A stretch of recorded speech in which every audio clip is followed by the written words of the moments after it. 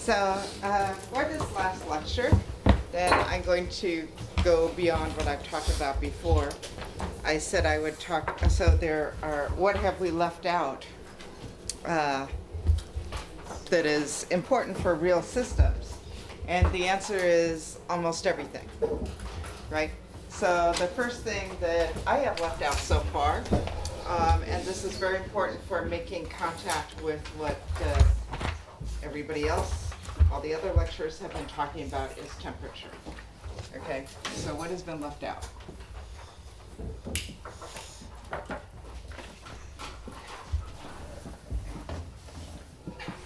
So the first thing is temperature. So I'm going to start with that, and that's going to, the idea is to tie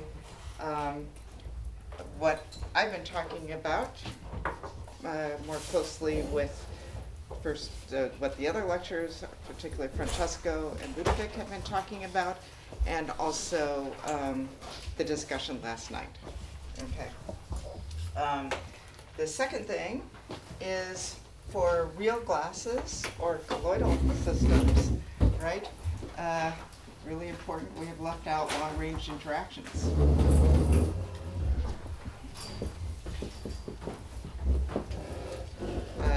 For colloidal systems, they could be, for example, slightly charged, okay? And these could be repulsive or attractive. Okay. For network glasses, you can have three body interactions.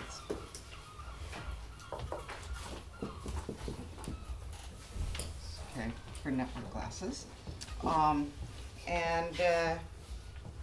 Of course, often you don't have spherical particles, okay? So non-spherical shape.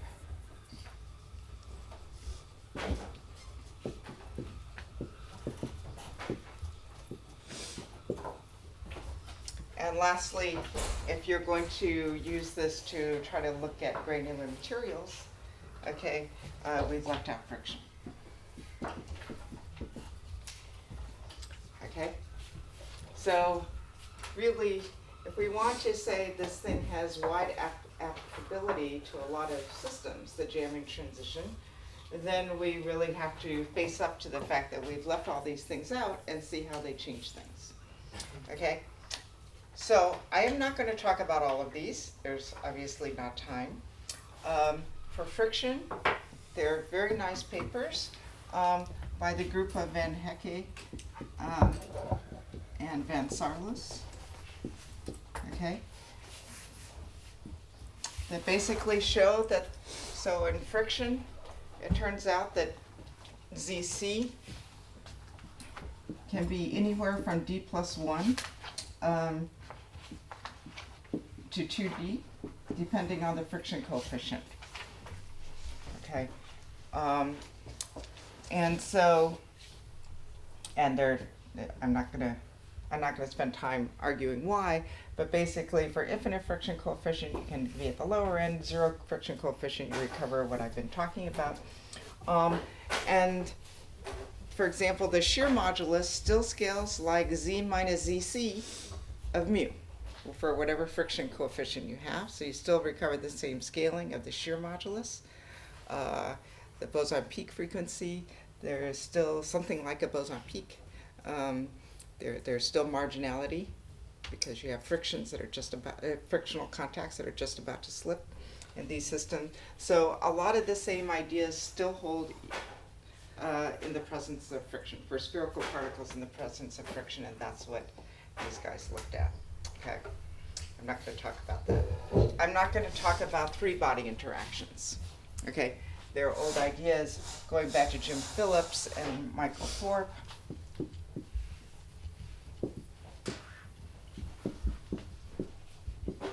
Okay, on network glasses, the isostatic point, you know, you can work out what is the isostatic point. You can do all this stuff. This has not been done in nearly as much detail. Okay, so I'm going to concentrate on these three things. Well, let me put the check mark here. T greater than 0 long-range interactions in non-spherical particle shape. Okay, so let me start with non-zero temperature. All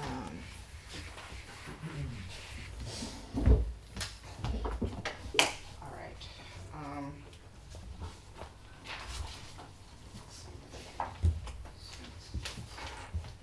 So a couple times you've seen this sort of phase diagram of delta t versus delta phi versus t.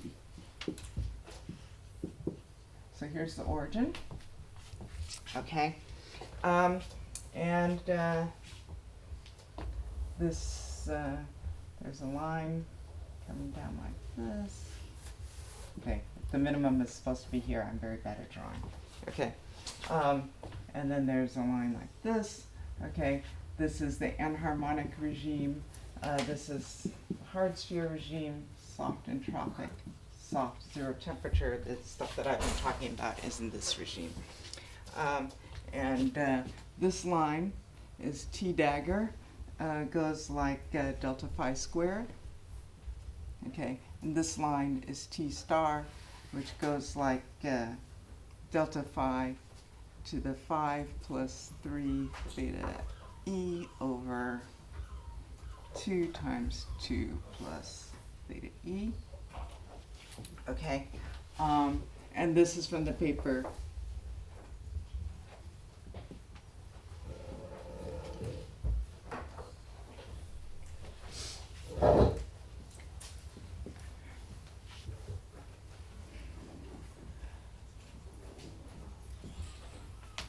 okay. All right, and in these different regimes, okay, they have a table of different scalings, okay, and I'm just going to summarize that table here for the things that are important for the scaling ensembles, okay. So I'm not going to show the whole table, okay. So there are these different regimes: soft, zero temperature, soft. So that's this, okay. Soft entropic, hard spheres, and harmonic. Okay, and here are the different quantities. There's the pressure, there's the shear modulus, delta z, and the transverse length scale. Okay, and which we believe controls finite size effects. Okay, and so what are the scalings here? And these scalings are really very different. So for pressure in the soft, so this the scalings that I've been showing you so far. Okay, let me just draw this. Okay, pressure goes like delta phi, G goes like delta phi to the 1/2, delta Z goes delta phi to the 1/2, and this goes like delta phi to the -1/4. Okay, what about the soft entropic?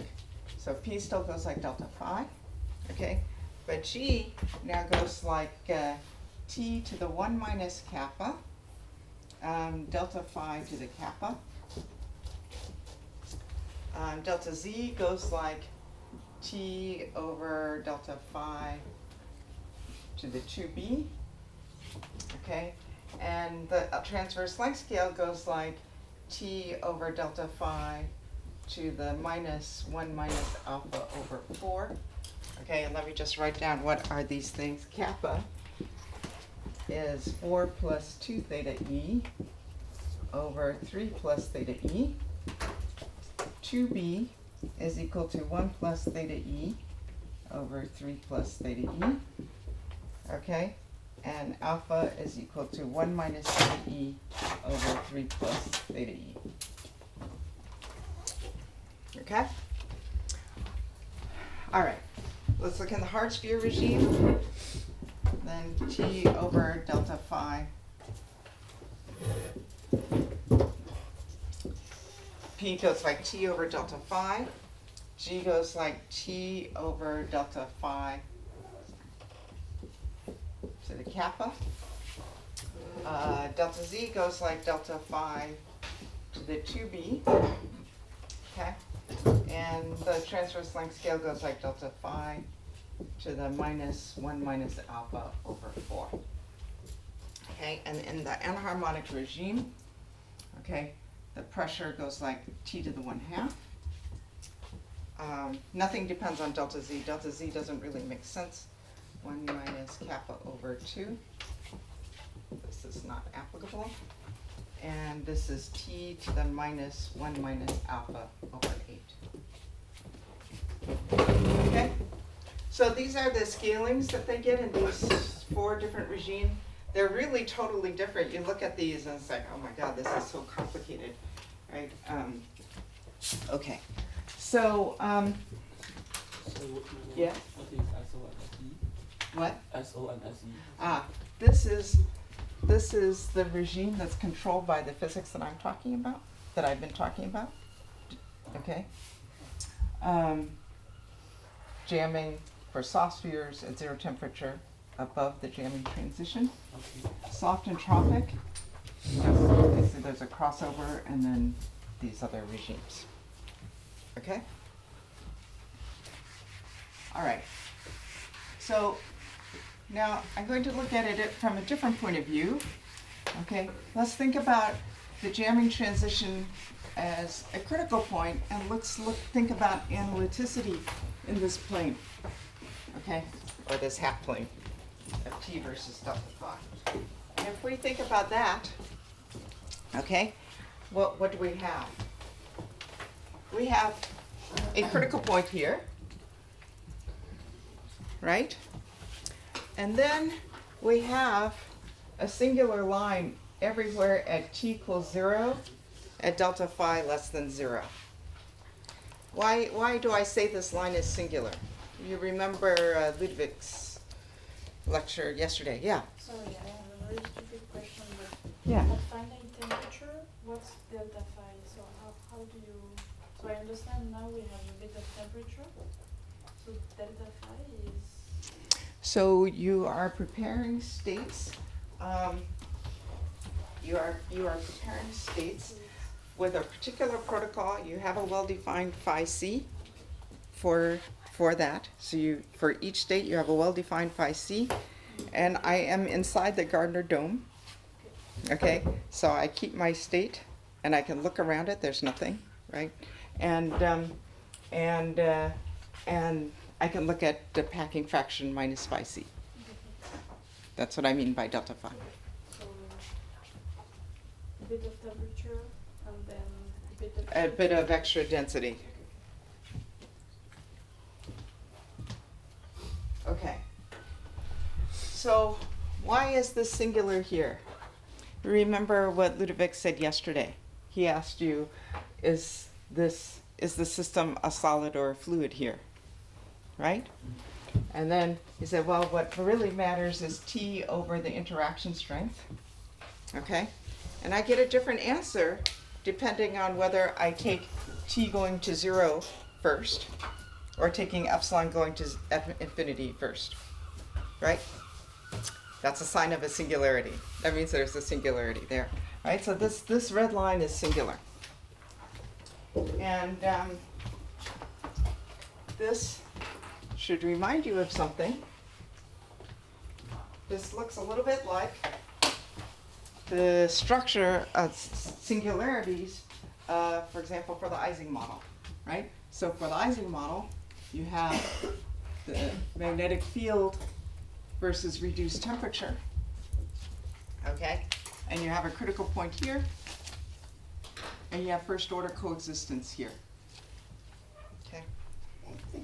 And the fact that here you have singular behavior and here you do not, okay, means that you must have 2 branches of your scaling function. So when you make your scaling ansatz, the fact that there's this asymmetry here means that there must be 2 different branches of your scaling function, okay, a plus branch and a minus branch. Now, for the Ising model, the exponents are the same for the plus branch and the minus branch, okay? And then you can match, okay, with the minus branch has those things we have to match for positive and negative, and that imposes constraints on the scaling function. Okay. In this case, we have a similar thing, and this says we must have 2 branches of the scaling function. But these are the only places where there is non-analyticity in the delta phi t plane in this vicinity, right? Of course, later on there could be a Gardner transition and a glass. Okay, we're not going to worry about that. But in this region around this point, the only non-analyticities are here and here. These are crossovers. Okay. What that means is that here we must also have 2 branches of the scaling function. Okay, plus and minus. Okay. So what I showed you, the scaling theory I showed you before, was the plus side. Okay? So now let's look at what is the minus side.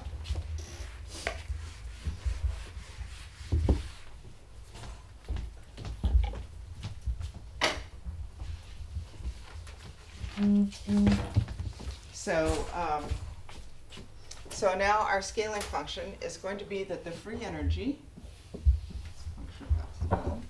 is equal to delta z, and I'm going to think about a plus side and a minus side of this. Yes? Sorry. Why is the soft entropic routine called soft entropic routine? Also what? Why is the soft entropic routine called soft entropic routine? Because the idea is that this is where temperature starts to matter and it starts to affect the properties, and then they argue, that these exponents are different. You see the exponents, the dependencies of these quantities, the shear modulus, delta z, the transverse length scale, all start depending on temperature, whereas they do not there. So there is a difference of behavior. Okay. All right. So this is delta z. So I'm going to allow, the difference here is that in our case, we have clearly different exponents for plus and minus, okay? In the Ising case, they're the same. Here, they're different, okay? But the free energy, remember, must be continuous. So somehow we're going to have to take that into account. Okay. So then there's a plus and minus branch of the scaling functions, okay? And I'm going to write this then as delta phi, as I did before, delta z to the beta phi, but now there can be different exponents on the 2 sides. Okay, epsilon over delta z to the beta epsilon plus and minus, okay, and delta z to the psi plus or minus, okay, and now because I can be a non-zero temperature, there are 2 things. First of all, before I said it was the energy. Now I have to say, no, I'm talking about temperature. I should have the free energy here. And the other thing is that I have to account for temperature. Okay? I have to have temperature as a scaling variable. And this is T, and I'm writing it explicitly in units of epsilon. Usually when we write the free energy, we write it in units of kT. Here, I'm explicitly writing this in terms of epsilon. And this is over delta z to the zeta plus minus. And I just want to point out this has to be the same as that. And why is that?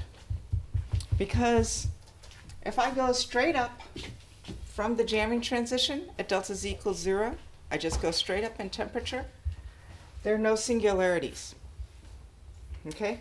What that means is that this must come out in front, and this term must cancel that term, and this becomes proportional to t. Okay? So this exponent actually must be the same as that one. Okay? So this one I already have. Okay? If you write this down, it turns out that this actually captures that whole table. Okay? And I'm just going to write a table of what are the exponents for the plus and minus branch. So here's beta zeta, beta phi, beta epsilon, and psi. Here's the plus branch, here's the minus branch. Okay. What I got before for soft spheres is your temperature. 4, 2, 3 halves, and 1. Okay? What do I get for the minus side? It's 2 times 3 plus theta e over 1 plus theta e. Here it's 3 plus theta e over 1 plus theta e. Okay, this is 2 plus theta e over 1 plus theta e, and this is 1. Okay, so the finite size scaling exponent is the same for the two, and then these other exponents are different.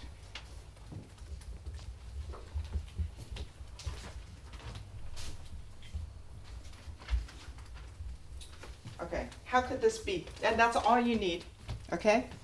And then it turns out that these three regimes, all these exponents in these three regimes are captured by the minus branch, okay? And then this regime, the soft sphere, of course, is captured by the plus branch. That's what I did before. So all three of these regimes, all of these exponents follow directly from the minus branch. Okay, now you say, how is that possible? Okay, I have to erase something. What am I going to erase? Let me just erase this. Okay, I hope you have them, but you can just take my word for it that things work out. Okay. So for example, I'm just going to derive the exponent for the shear modulus. Okay. For hard spheres. Let's just look at this one. Can we get this one from this? Okay. Well, delta g, right? From the scaling function, delta z goes like delta z to the zeta plus minus 2 beta epsilon plus. Right? Because I just get this by the shear modulus by differentiating the free energy twice with respect to the shear strength. Okay? So it gives me this scaling. Okay? Now I look at this. What is this? Okay. This is let's check. The table says T over delta phi to the kappa. Okay? Let's translate into delta Z. Okay? T, if I look at this, T goes like delta Z to the zeta plus.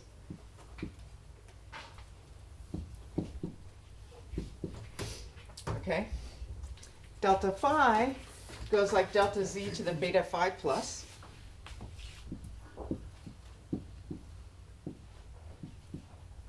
Times kappa. Okay? But I look at this thing, right? Delta Z goes like delta phi to the 2b.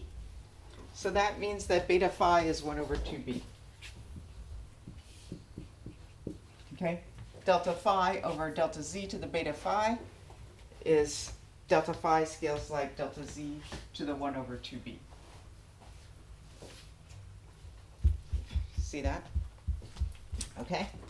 So this goes like delta Z to zeta plus minus kappa over 2b. Okay?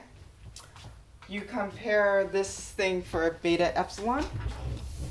Okay? The zeta pluses cancel out to kappa over 2b, and it is exactly right. Okay? In other words, this value of beta epsilon is exactly what you get from this expression. Okay. Let's look at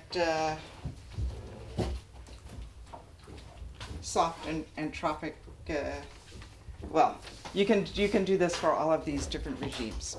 Okay, you can do it for soft entropic spheres, and again, these exponents capture all of these behaviors for soft entropic spheres. Okay. The one that I think requires a little bit of explanation is this one, because this scaling does not apply everywhere in this region. Okay? these behaviors only apply if you go straight up from 0. Okay? If you go straight up from 0, okay, as I said before, you need to take this out in front. There's a factor of t over delta zeta plus that comes out in front and cancels out this, the zeta plus, so this becomes proportional to t. And then you can replace delta z by t everywhere. So delta z becomes t to the 1 over zeta plus, right, according to the scaling form. So this becomes delta phi over t to the beta phi plus over zeta plus. And that is when, then when I differentiate to get p, I get t to the 1/2. Okay? So all of these scalings in this row simply follow from this scaling form setting delta z equal to 0. Now, if I'm slightly off, if I'm at delta phi not equal to 0, okay, then delta z is not exactly 0. Okay, or as delta z is not exactly 0, it becomes better. It's and then you can, but the behavior is still described by the scaling function. Okay, so the scaling function captures all 3 of these regimes. Yes. So can you just repeat where did you get beta phi? Because I mean I Yes. get the line above. of Beta the- phi comes from the scaling of delta z with delta phi. Okay, because this scaling says delta phi scales like delta z to the beta phi plus. Okay. Okay, but I know that delta z scales like delta phi to the 2b, therefore beta phi is 1 over 2b. Okay. Okay. Yes. So why did you use the plus exponents for normal scales? Because you said that. Because that's what I get down here. But I thought that the plus was for the. Oh, so no, the minus. Sorry. Yes, I should have said minus. Okay. Yes, I'm sorry. These should all be minuses. I slept very poorly last night. I don't know about you guys, but the chocolate in the room really helped. Okay. Yes, these are all zeta. These are all minuses. Yeah, sorry about that. Okay.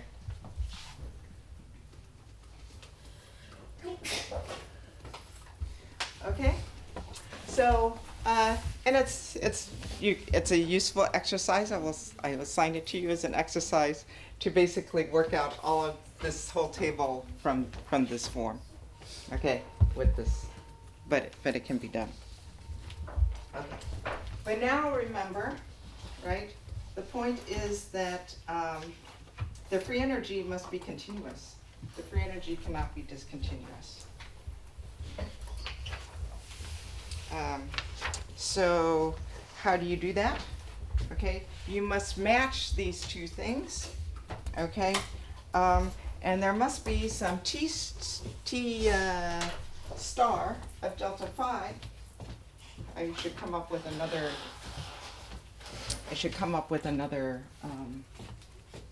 Symbol. What do people use besides stars and daggers?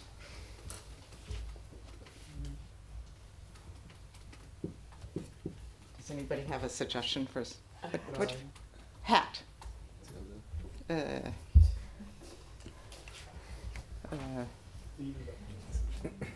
Okay, that's fine. Let's call it T hat. Okay. All right. So I'm just going to, so the nice thing is that if I look at this, the end dependence, psi is the same, okay? So I don't need to worry about matching the end dependence. That's already matched. This exponent is the same.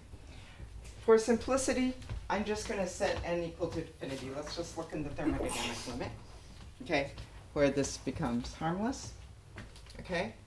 I'm also, for simplicity, going to set the strain equal to 0, strain equals 0. Okay, so let's look at n going to infinity, You can do this, but that you can do this for any shear strain. Okay. It's just a little more complicated. Okay. Then you get this, right? F over epsilon must be equal to delta z, the zeta plus, times some function. I'm going to call it, this is a new function because I've set n equal to infinity and zeta equal to, epsilon equal to 0, so I'm going to call it a new function, f plus of delta phi over delta z to the beta phi plus t over delta z to the zeta plus, okay? And this must also, and there is some phi, okay? There must be some t hat of delta phi, okay? Where these things are equal. Okay, this defines t hat as continuity of the free energy between the two branches. So this must be delta z to the zeta minus, okay, f minus of everything.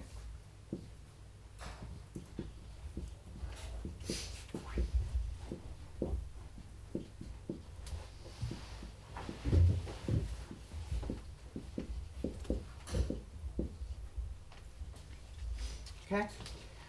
And what you see is that I can eliminate delta z now in favor of t. Okay? So I do the same trick. I bring t outside. So this is t hat. Okay? Times some new function, f tilde. Okay?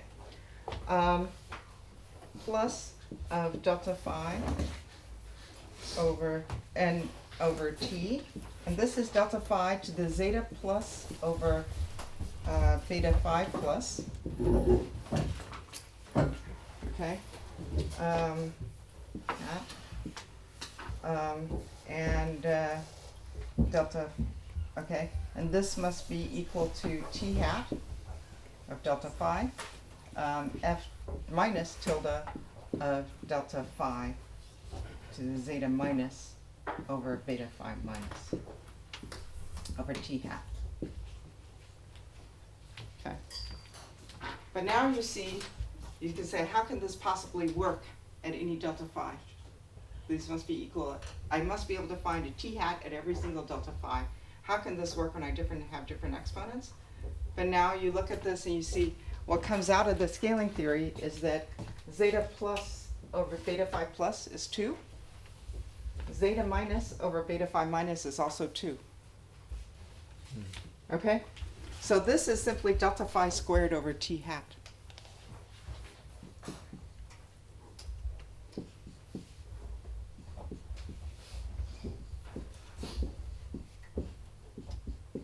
And what that means is that these two scaling functions must be the same. F plus must equal to F minus, and this matches when t hat goes like delta phi squared.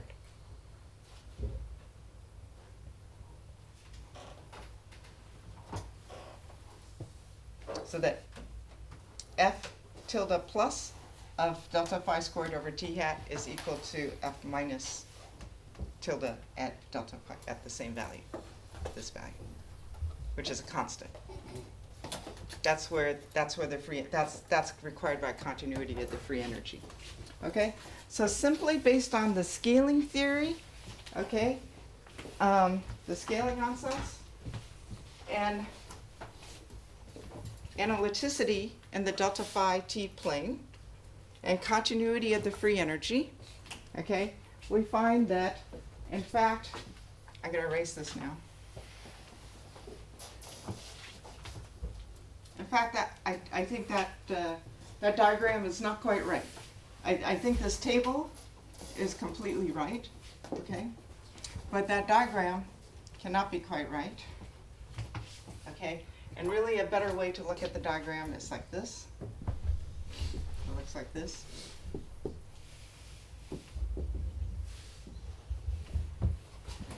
Let me draw this in red.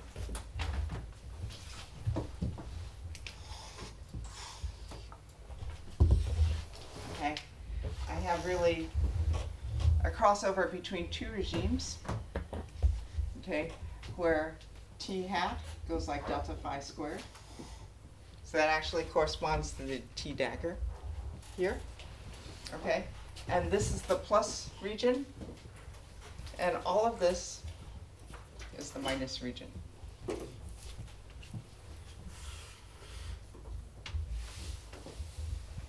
Okay? And then the scaling function just tells you what you get depending on where you are in this diagram. Okay?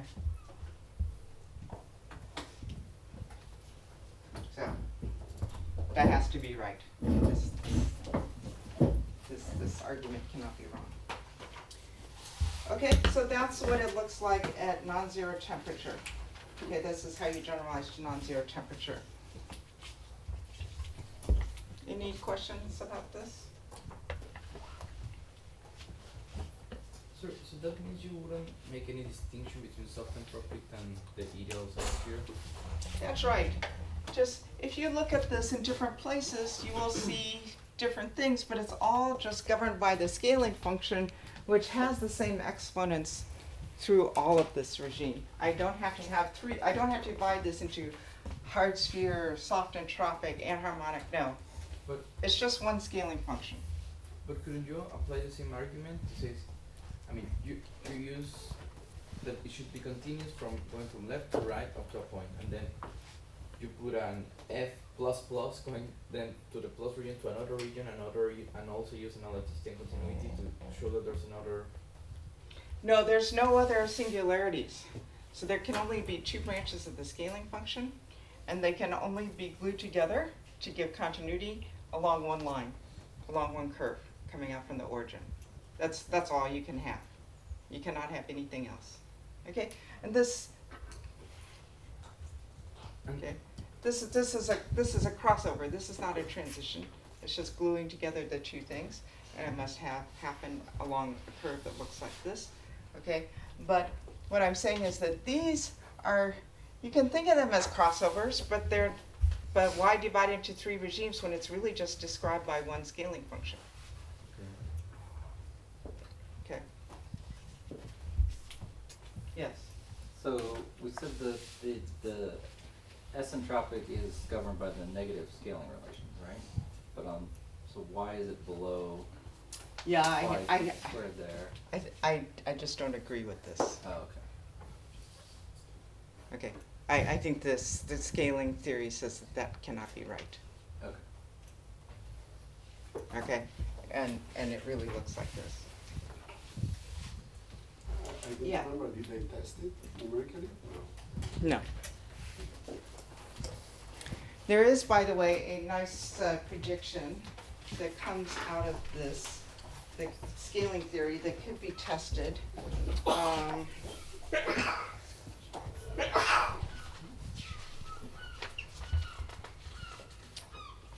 Yes. So, and that is, remember I argued that for soft spheres, that S squared goes like P squared over N, because the shear stresses add incoherently, whereas the pressure adds coherently. Well, that's on the plus side. On the minus side, there's an anomalous exponent that depends on the force exponent theta E, okay? And what you find is that there should be a simple scaling form for fluctuations of the stress. So if you look at systems, okay? For example here, hard sphere systems, okay?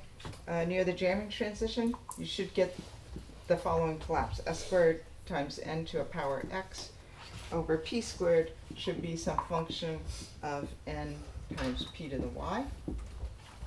Okay, you should be able to collapse all your data like this. And x is equal to 2 over 1 plus theta e. And y is equal to 1 over beta phi, which is 2b, which is 1 plus theta e over 3 plus theta e.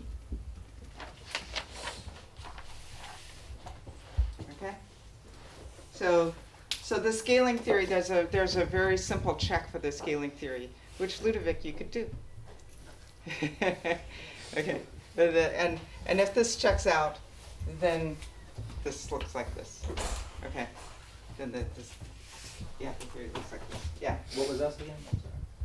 I'm sorry. Fluctuations of the shear stress. So if you take the deviatoric stress tensor, where you subtract out the diagonal, okay, and then take the trace of the square of that, that's S squared.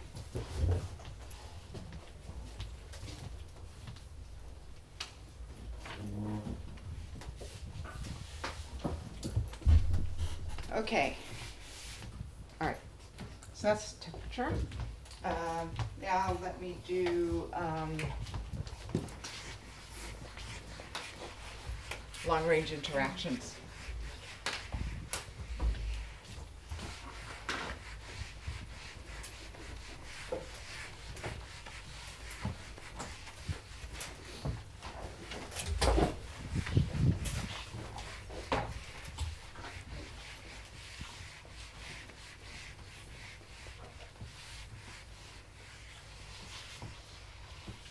So now I'm returning to zero temperature.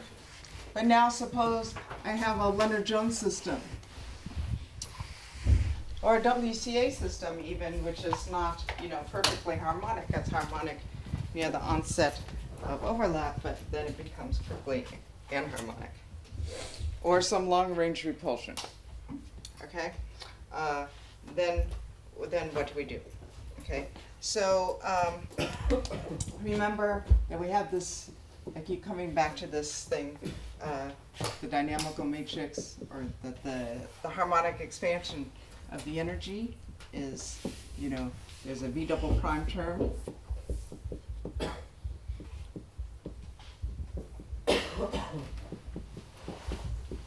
Plus the V prime term.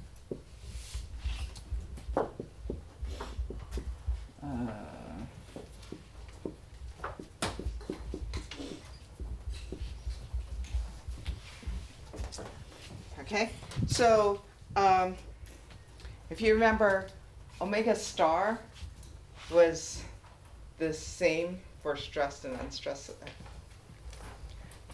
The boson peak frequency is really the same for stressed and unstressed system, that I can basically drop this term and understand the scaling of omega star, the boson peak frequency.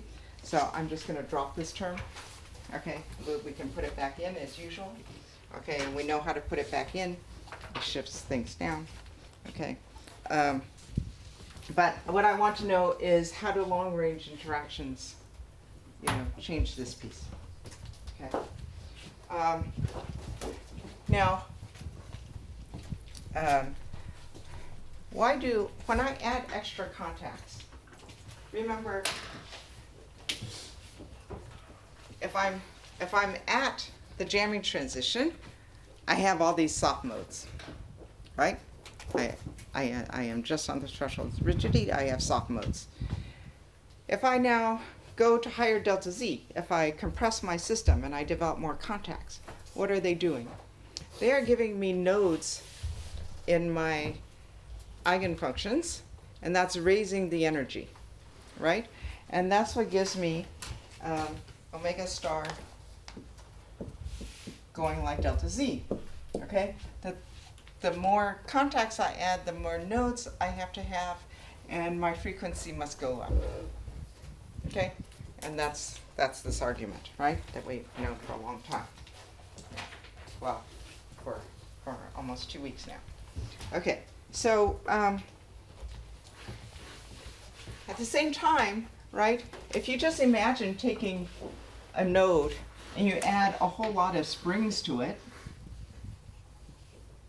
okay, what happens, right, the energy cost to displacements here goes up. And it's sort of, if these are, they go up with the number of springs.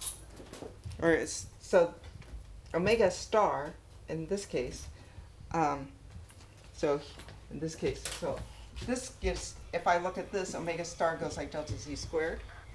Okay, if I do this, the energy cost, which is omega squared, okay, should go like delta Z, right? The energy cost should be proportional to how many springs I have attached to this. So this says that, you know, these, when I have long-range interactions, I have a lot of interactions with a lot of other particles that are far away. Okay?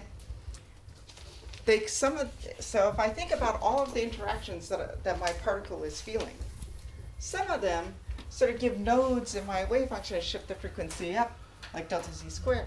Others, okay, just shift the energy up, and they give me a contribution to omega squared that goes like delta Z. Okay? How do I decide how many?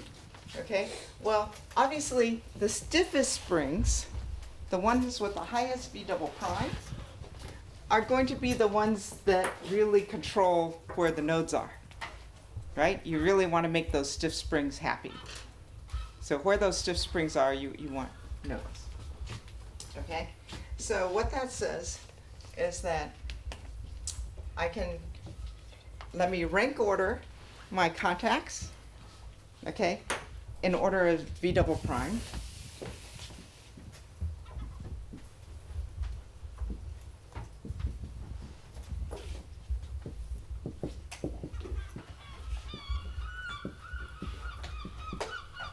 Okay, starting at the maximum V double prime and coming down. And so for a typical interaction, right, the shortest range interactions are the steepest and have the highest V double prime. Okay, so if I take, for example, something like Leonard-Jones, okay, the strongest ones, the stiffest contacts are at short distances, below the minimum of the Leonard-Jones interaction, all right, where the interaction, remember what the Leonard-Jones interaction looks like, it's going to be up here. The stiff interactions are going to be up here, okay. So I'm going to rank order my contacts in V double prime on down. Okay, and then I'm going to say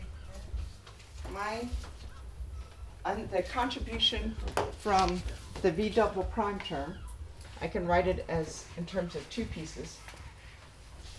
I'm just going to take this piece.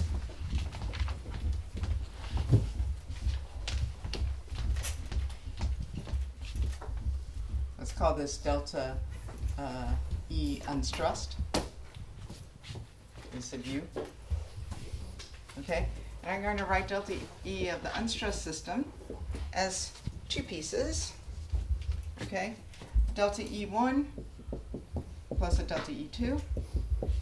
Okay, and delta E1 is going to be, is actually equal to, okay, I'm going to call it some prefactor. Now, and I'm going to say this is what we got from jamming. This is this kind of scaling that we get from jamming, from the cutting argument.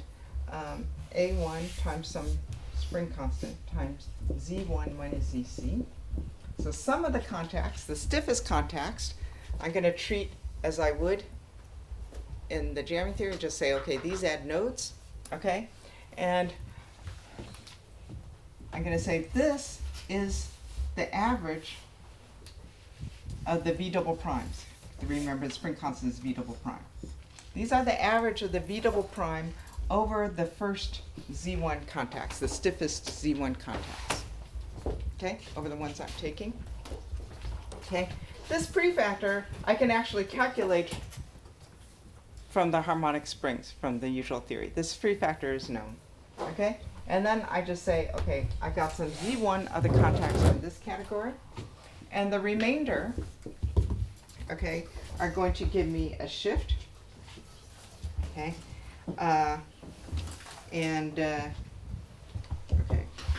Oh, there's also this term.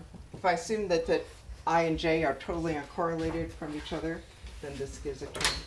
Okay, this gives a factor. Okay, this is coming from this term. I take the average of this term for totally uncorrelated particles, which if they're far apart, the two displacements should be uncorrelated, not a bad approximation, so you just do that. Okay, and then you sum V double prime over the weakest contacts. Okay, the Z minus Z minus Z1 contacts, weakest contacts. Okay. And there are, so this is just adding the springs from the weak contacts. Okay? And there are Z minus Z1 terms in this sum.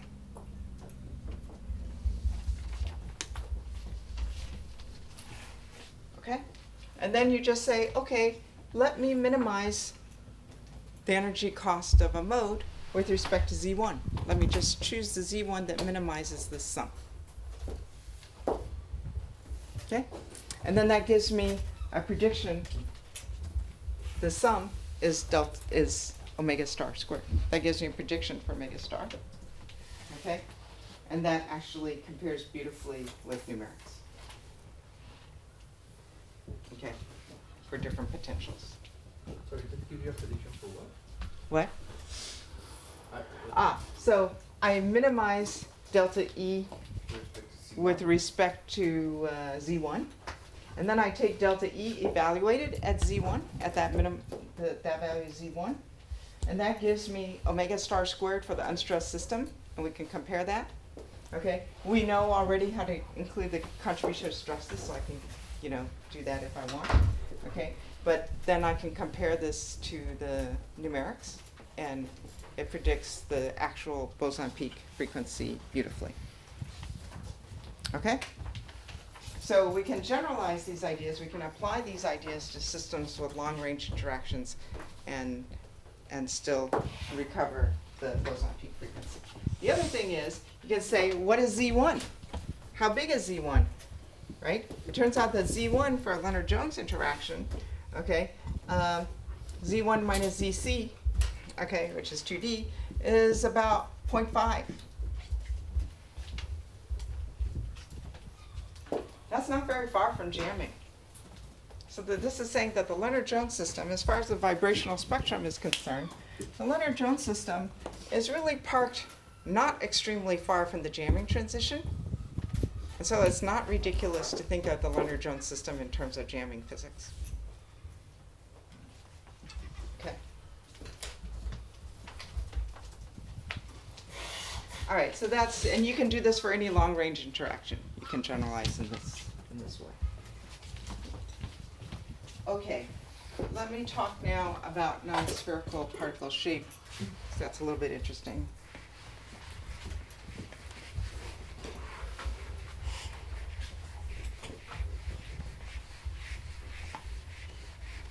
So let me think about ellipsoids.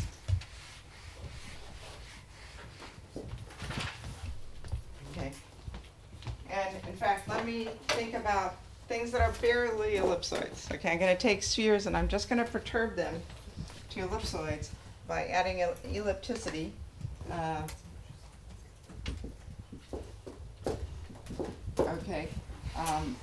Epsilon, which is very close to 1.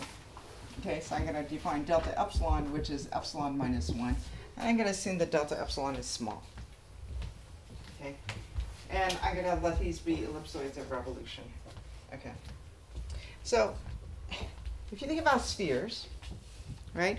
Spheres, of course, have the dn soft modes that are translational. But it also has modes that are rotational, right? And those rotational modes are not constrained for spheres. Those rotational modes are completely free because they don't change anything, okay? So I have all of these soft modes. I have dn soft modes, or 3n, let's say. And I'm just going to stick to 3 dimensions because in the rest of this, because I'm talking about ellipsoids, so I might as well start now. So that's saying that in addition to the density of states that I told you about, okay, spheres have a delta function at 0 frequency with a weight of 3n. Okay, now for ellipsoids of revolution, how many degrees of freedom are there? Okay, generally there are the number of degrees of freedom is 2d minus 1 times n. So they're d translations. and d minus 1 rotations because they're ellipsoids of revolution. Okay. Per particle. All right, and so for 3 dimensions,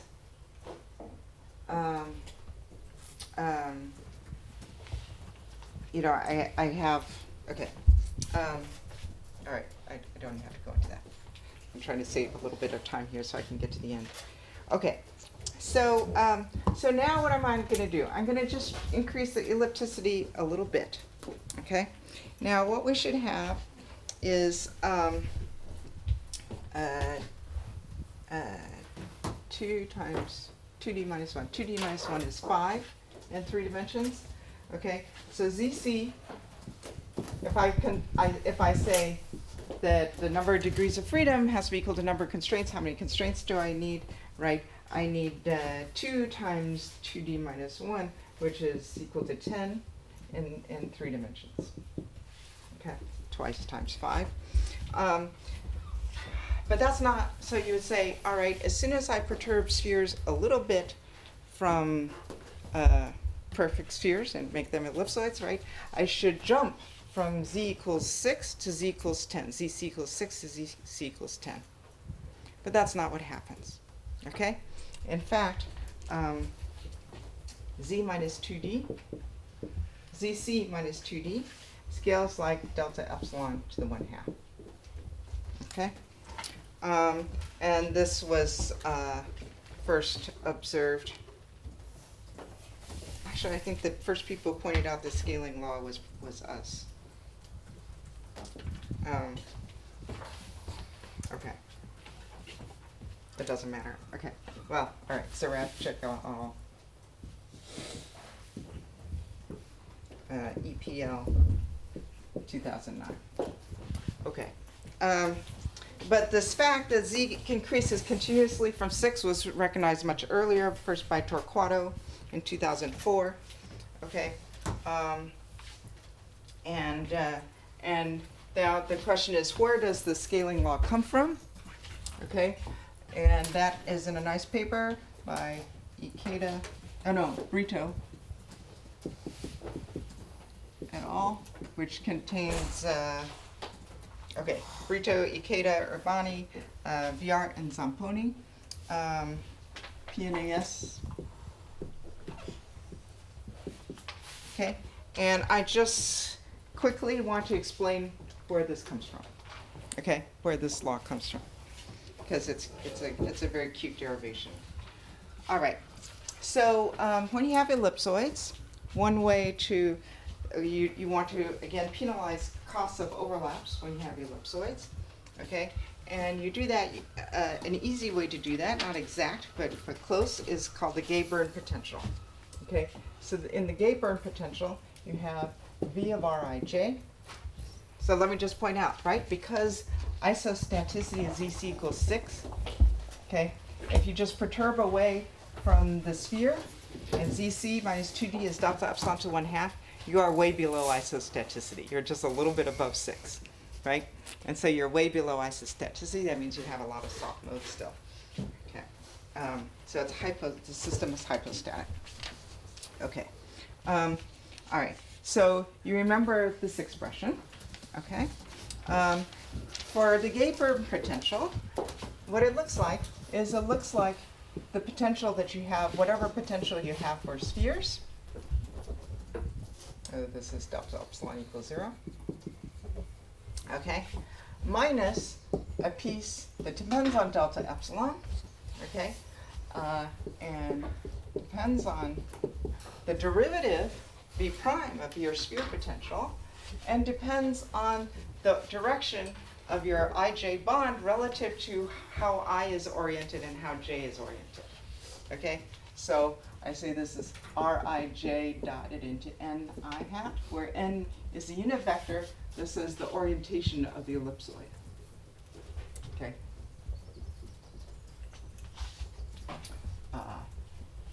It has to depend on the squared because it doesn't matter whether it's pointing this way or that way.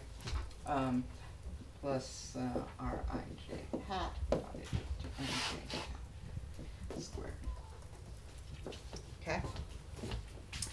And the very clever observation that they made is that then if I look at the n particle potential, I have this piece, V0 n, which is just the same as for spheres, okay? But then I have a piece that looks like this. I can write it like this. There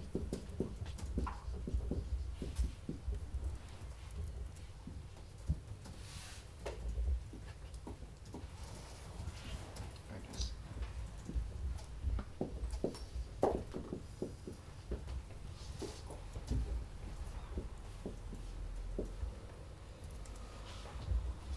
Okay? And this looks like the dynamical matrix. And what is delta n? Delta n I is equal to delta epsilon times ni hat minus z hat. Now, why is there, we want to put a delta epsilon here?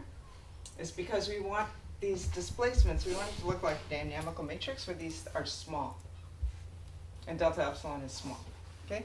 So I'm going to make this small, and then I have, because these are just unit vectors. Okay? All right. And yes. Thanks.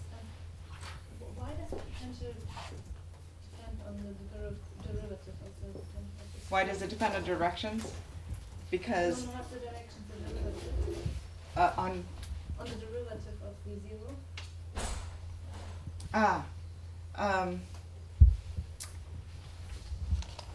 Is there a simple way to see why it's the V0 prime here? Yeah, this is telling me it's because I'm expanding in delta epsilon. Oh, Okay. sorry, I missed what's the n?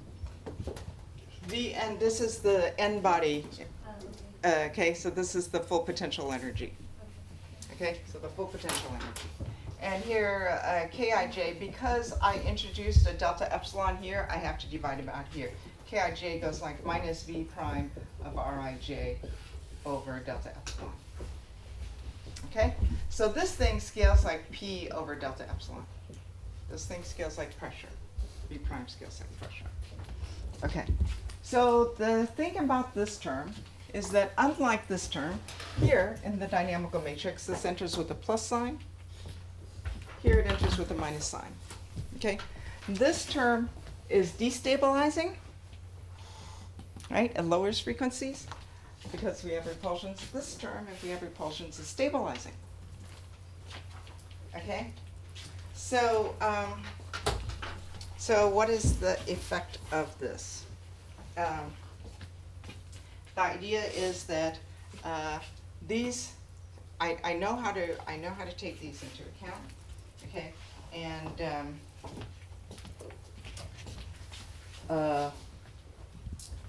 what happens is that once I turn on, this is not stabilizing until I turn on a little bit of pressure. But once I turn on a little bit of pressure, these modes come to non-zero frequency. Okay, how am I doing my time? Yeah. All right. I just want to recall you the simple argument, okay, that omega star squared, this is something that we know very well now, right? Omega star squared goes like some constant k times delta z squared, okay, minus something times the pressure,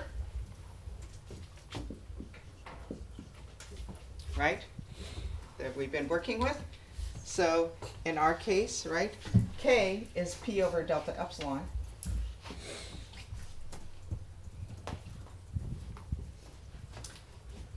And the P's cancel out, okay? And what this gives you is that delta Z squared must scale like delta epsilon, which is exactly the scaling that I mentioned before. Okay, so Z minus 2D, ZC minus 2D scales like delta epsilon to the 1/2. Okay, so that's exactly that. All right, what that and that agrees exactly with observations by us where we found this G still scales like Z minus ZC, so the point is that the shear modulus still scales like Z minus ZC of delta epsilon, okay?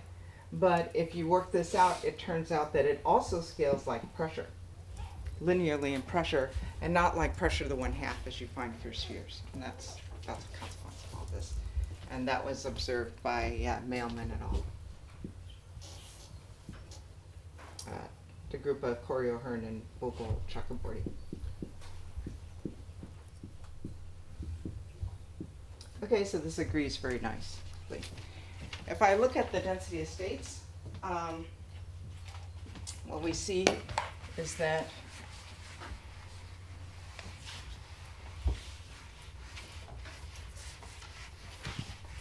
for small ellipticities, the density of states develops 3 bands, which we can understand, which we can argue quite simply for. Okay. So the density of states has 3 pieces. There's a piece like this. I'm going to draw another thing, and then there's sort of the usual piece. Okay. So this has an omega star. These are coming from the translational modes. Okay, and these modes, the modes at omega star, are soft at the jamming transition for spheres.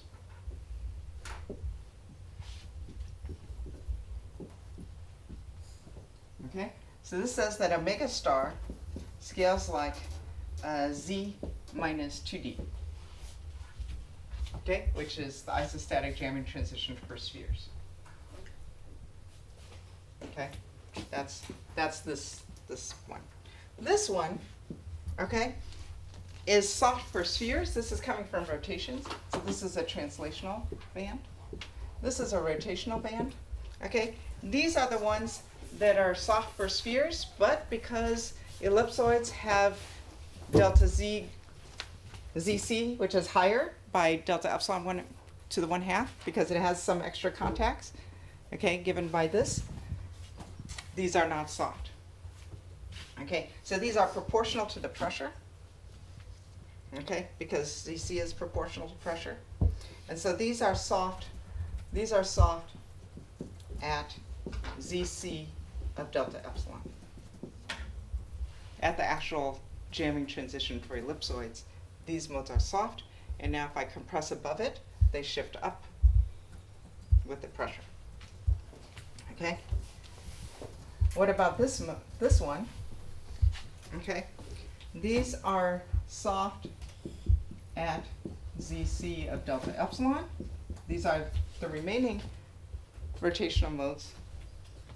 The remaining ones between the actual ZC and 10, okay? These shift up proportionally to the pressure, and that's this band, and we call that the pressure band. Okay, so the point is that the density of states still has omega star in it. It's got 2 other bands though. Okay, so there's extra stuff at low frequency that you didn't have before. Okay, but you still see a lot of the robust scalings that come from, you know, what we know and love. Yeah. So, after omega star, there is a flat density, like in spheres. Yeah, that's right. There's a flat density of states, okay, and that's coming from exactly the same physics So as this for is kind spheres. of extended mode. Yeah. Okay. So what this does, the fact that the transition is not at isostaticity, and it's not at isostaticity for spheres, once you have ellipsoids, gives you extra bands, extra modes, okay? But you still retain something of the jamming physics for spheres. And now what happens if I increase the ellipticity to make the ellipses more and more different from spheres? These start to merge, and they just form one band. Okay, they merge together eventually for high ellipticities. Okay. So So I hope you get an idea from this of how to generalize beyond jamming for these different things. I just now want to spend the last few minutes sort of giving you the big picture for all of this, summing all of this up. What I'm not going to say what did you learn. I'm going to just say what did I try to get across, okay, which may not be the same thing, depending on my effectiveness in getting it across. Okay. All right.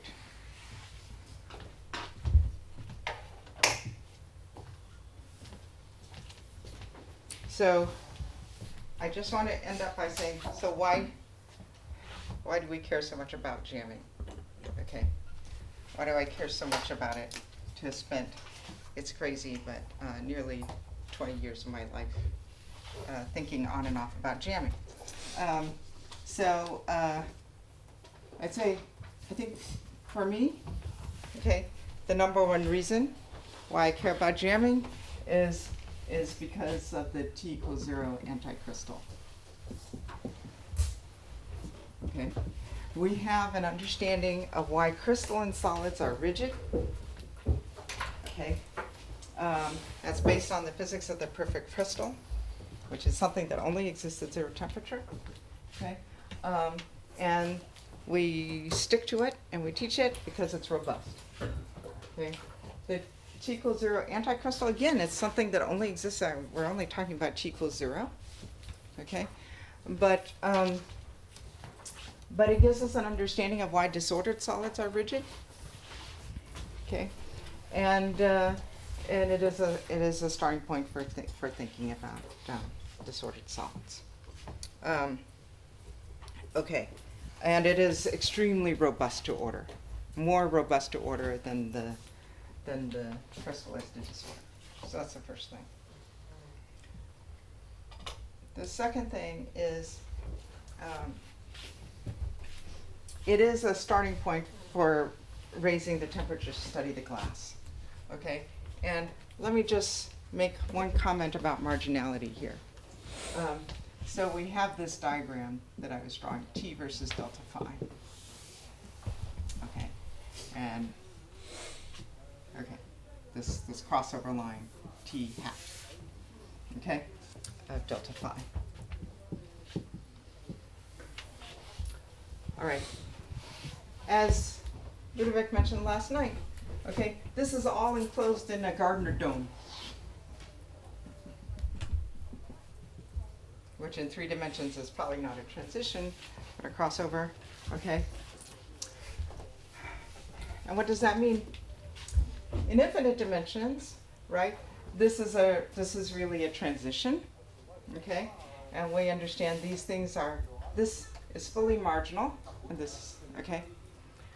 In finite dimensions, though, even if it's not a transition, it's a crossover, we know that this system must still be marginal. And why do we know that? We know that, right, because the upper critical dimension is 2. Okay, so even in low dimensions, okay, the exponents, for example, on the minus side here, okay, which reflect that marginality, are the same. And this means that this system is marginal, okay? It truly is marginal. And as I showed you, the marginality is different from the marginality that you get in mean field. Because in mean field, the low frequency modes that extend down to 0, okay, are extended, okay? Everything's extended. The instabilities are extended, okay? In this case, we get quasi-localized modes. Now, I want to say that those quasi-localized modes, because the system is marginal, the density of states must be gapless. Okay, we know the system is marginal in low dimensions, and so the density of states must be gapless. We have, remember, a density of states, okay, which in this unstressed system we say goes to 0 at omega star. Okay, but we know that with the stress, it does not, it's not, of course, an abrupt drop-off. And more than that, we know that, okay, this cannot be gapless. There are two reasons. First of all, we must have plane waves, right? We must have elasticity, and that's actually the dominant contribution. In 3 dimensions, that goes like omega squared. That's stronger than anything, okay? But that has nothing to do with marginality. That comes from the elasticity. There must also be a gapless density of states coming from marginality. And it's marginality associated with these quasi-localized modes because it's associated with localized instabilities. The system is marginal to localized instabilities, and that gives a density of states that must persist all the way to 0. It appears to go like omega to the 4th. Okay? All right. So, so although marginality looks different in low dimensions than in high dimensions because of these quasi-localized modes and localized instabilities, okay, the fact that it's marginally stable must still be true, okay, because of upper critical dimensions too.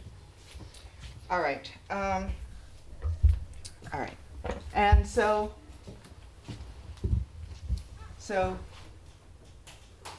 I just showed you the scaling ansatz, but the physics controlled by this jamming transition persists, okay, for some distance away in temperature in this marginal region. Okay. So the second reason I would say is we can raise temperature to study the glass. It's a starting point for raising the temperature to study the glass. Okay? And I showed you things like the boson peak frequency and so forth. Okay. So the third reason, right, is because it really is a critical phase transition.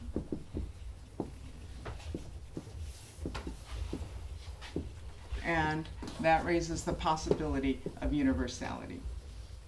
This remains to be seen.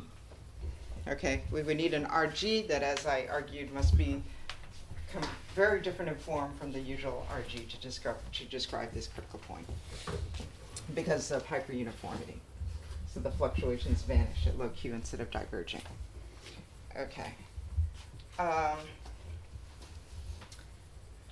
So 4 is its a starting point for understanding foams and emulsions, which are, actually, if you take bubbles with a surface tension and you compress them together, okay, and they deform each other so that they want to overlap, and you say, okay, what's an effective interaction of overlap? Because coming from the fact that bubbles with the surface tension are deforming each other, it turns out that it's harmonic with a log correction. Okay, so it's very close to harmonic. Okay, so foams and emulsions,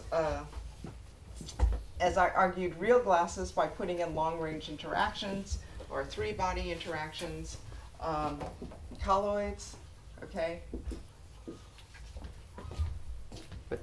with this phase diagram, and which can have also long-range interactions, granular materials. Okay, and I showed you that many of the features are robust when you do that. Okay, the fifth reason I'd say is that jamming is sort of an archetypal, continuous, random constraint satisfaction problem.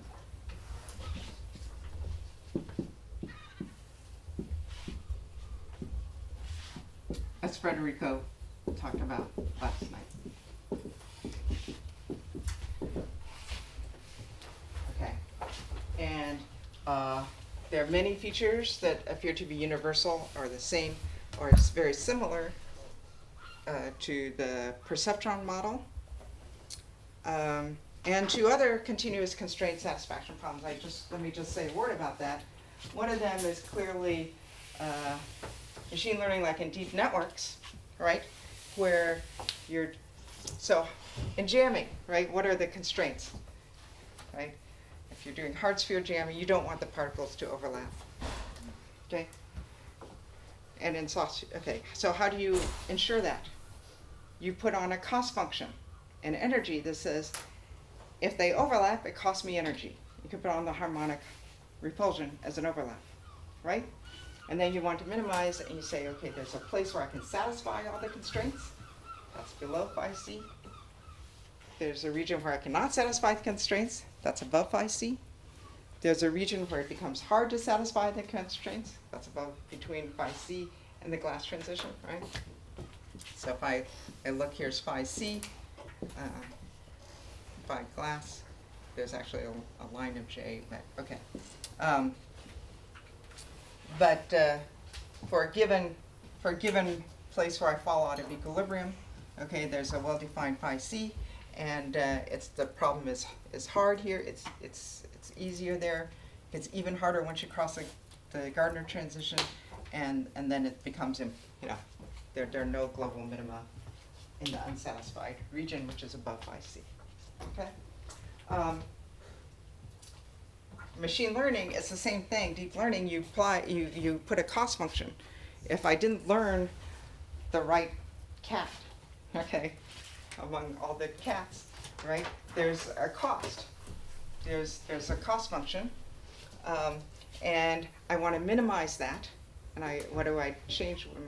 I change the weights of the network. Okay, so it's really a very similar problem, and Giulio and Mathieu have a nice paper arguing that this is similar actually to the jam transition of the ellipsoids. And Silvio Franz has a nice paper using the perceptron to analyze that. Okay. Another thing that you can tune is another kind of constraint satisfaction problem is multifunctionality. So, for example, you can take spring networks. I showed that you can prune bonds, right? Make them auxetic, negative Poisson ratio. You can also prune them to have function. Okay, so for example, proteins can be allosteric. So proteins can have this thing where I have a protein and I have some molecule that wants to come and bind here, and when it binds, this, for example, if this is an enzyme, this molecule can undergo a chemical change and then unbind. Okay, but I can turn this on and off by having another molecule bind somewhere else. Okay, and if this binds, it might make it impossible for this to bind, and so that turns off the enzyme. Or I have other cases where when this binds, it's now possible, where before it was impossible. So binding makes it possible for this to bind, so that turns the enzyme on. Okay, and it's a distant reaction that a strain applied here is causing a strain here that is affecting whether this thing can bind or unbind. Okay, you can tune networks. This is something that we've been doing is you tune the networks to have this allosteric property. And now you say there are multifunctional proteins that have more than one allosteric site. Okay, so they have evolved to have more than one allosteric site, to have one site here, blue site here, controlling several red sites.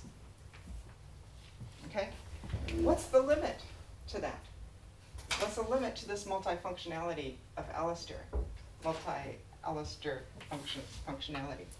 Okay, the limit, the way we tune these functions in, it's the same as in jamming. We just say, okay, I have a constraint, which is that I have allosteric. My constraint is that I want to have this function. I want to have allosteric. I want, if I apply strain here, to have some big strain at these different sites.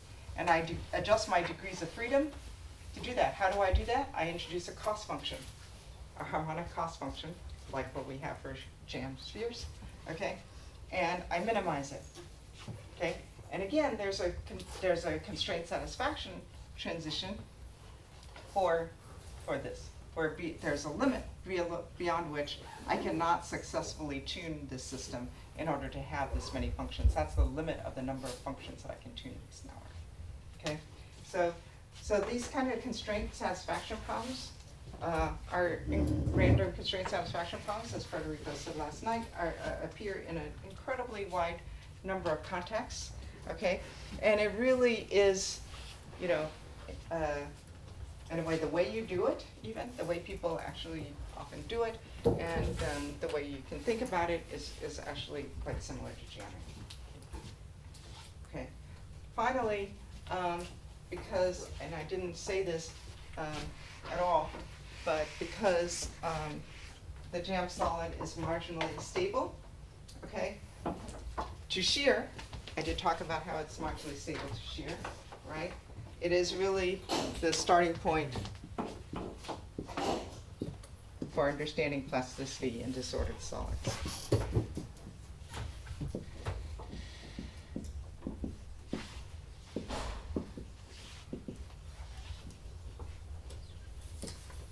Which, from a material science point of view, is an incredibly important problem. Okay, how disordered solids yield. Because, right, you can take a metal spoon, you can bend it around, you can bend it in half, and it doesn't break. But you can't do that with a glass rod, right? You have brittle failure. And so how the system responds to mechanical load and understanding the nature of how it responds to load is a very important problem.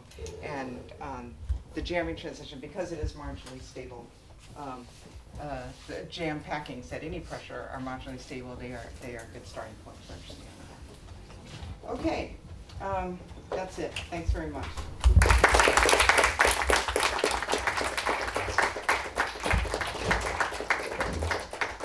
Questions? Last question. What was the difference between the two rotational peaks in the density state again? Yeah, so there are 10 minus, so there are ZC of delta epsilon. I guess the number of modes I forgot, you divide or multiply by 2. Okay, I'm a little bit brain dead now. Okay, but because I have ZC, I have more than 6, right? Okay, so I have some extra, which is ZC minus 2D modes, okay, which shift up with pressure, okay, and they are soft, they are zero frequency at the jamming transition for ellipsoids. Okay, and there are this many of them. That's the second rotational. So the density of states has 2 rotational bands and then a translational band. That's this band. Okay. Okay, what's this? They're the remaining 10 minus ZC soft modes. Okay, because I'm still below isostaticity, even though those modes are these, okay, and they shift up under pressure. That's fine. Okay. Yeah. So is there any connection between the physics of two-level systems with the quasi-localized mode? Yes, I think so. Basically, the quasi-localized modes, right? I showed you this simple picture where they are these fold instabilities where it looks, I have something that looks like this, right? I only looked at this part, okay? But eventually it goes up again, right? And so two-level systems are a subset of these. So I have all these incipient instabilities. I have all these things that look like that looks something like this in my landscape, okay? Two-level systems have these energies that are very close together, okay? And also you don't want to have to tunnel too far through the barrier. So a small, very, very small subset of these could be two-level systems. Very small subset of these soft spots or these localized regions, okay, could be related to two-level systems. And I think Adon Lerner has sort of gone through and then sort of isolated how many of these might qualify as two-level systems. And you get that omega that was scaling. Yes, so as I said, the density of states must be gapless because it is marginally stable, and I think that gives the omega to the fourth. And I just realized this morning, I think I understand where the omega to the fourth, well, we'll see. I need to work it out.